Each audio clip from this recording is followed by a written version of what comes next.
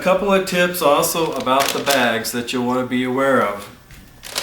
When we were pouring our wheat berries this time into the bag, we found that there was a really fine powder, dust, probably a better word for it, that was coating the inside of the bag.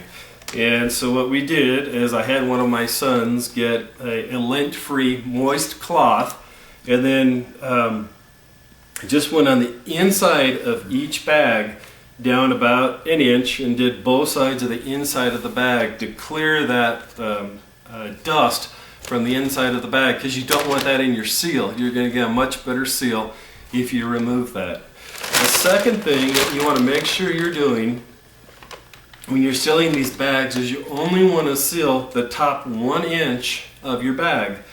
There are several reasons for that. The first is that if you didn't have a successful seal, like myself on this one, you can just cut the top 1 inch of this off and then put in a new oxygen absorber and go through the same process of sealing it.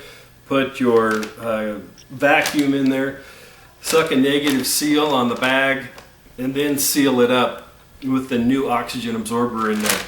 The second is, let's say you want to share some of this food with someone. You know, you want to be a good Samaritan, and you know, your brother-in-law or your sister-in-law that's always giving you crap about storing food. Well, you know they're going to be the first ones to come to your house and ask for food when the shit hits the fan.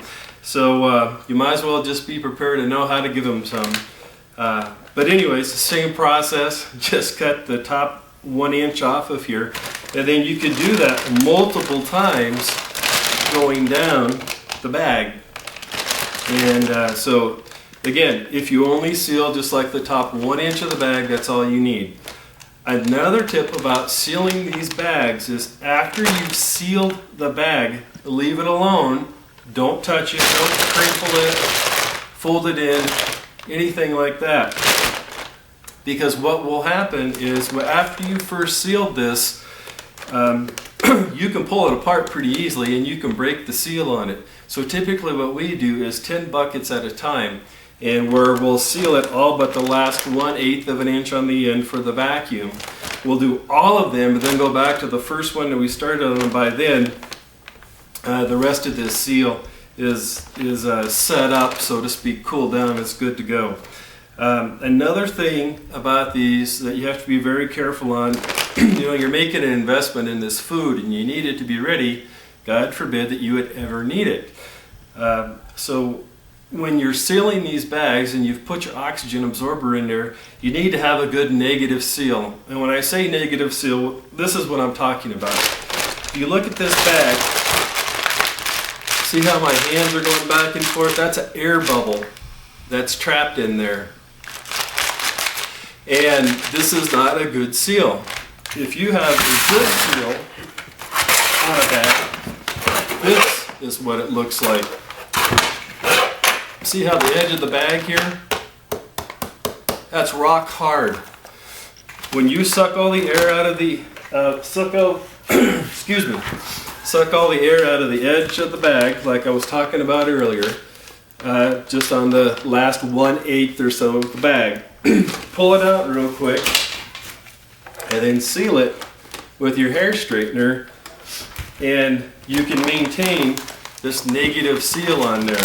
And it should look like, I don't know if you ever bought, you know, like the frou-frou coffees that come in the little packs, and they're vacuum packed and they're solid like a little brick.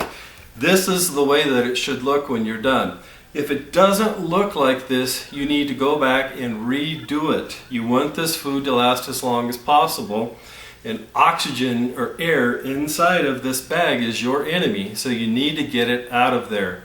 So by using the vacuum to suck out as much air as possible and using good quality oxygen absorbers will give you results like this every single time if you do it right.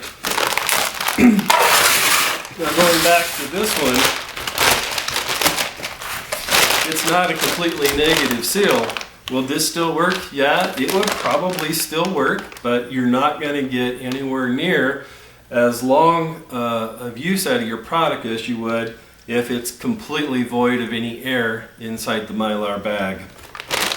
So again, with the Mylar bags, make sure you only seal the top 1/8 of the bag. Another tip that I found when doing these is with your oxygen absorbers. You have to be very careful with those. And inside of your bag there should be a pill in there, and that pill should start out as pink.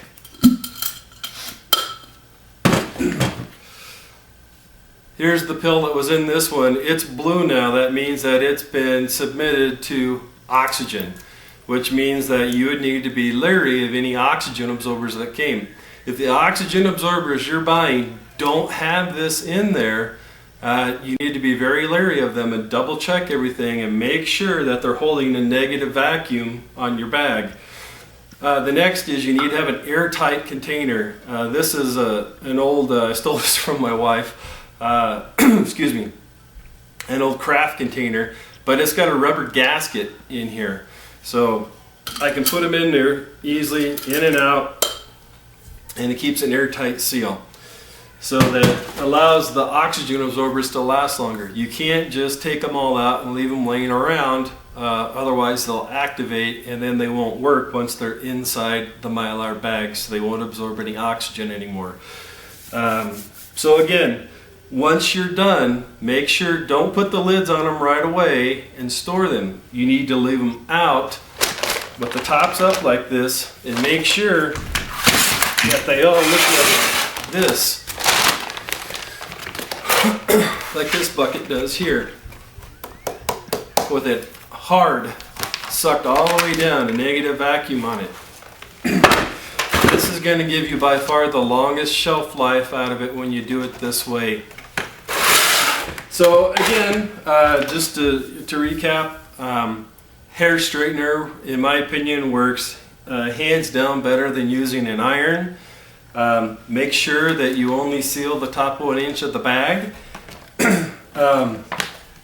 Don't move the bag, fold it up or move it around right after you've just sealed it. It's hot, it'll break the seal open. If you're using flour or something that has a dust to it, make sure you clean the inside of the bag before you seal it. Excuse me. And when you're done, make sure you go back and check every single bucket and make sure that the bag has a negative vacuum on it, and that's going to give the longest shelf life for any of the products, your long-term consumables that you're going to be storing in them. Well, thanks for watching, guys. I greatly appreciate it.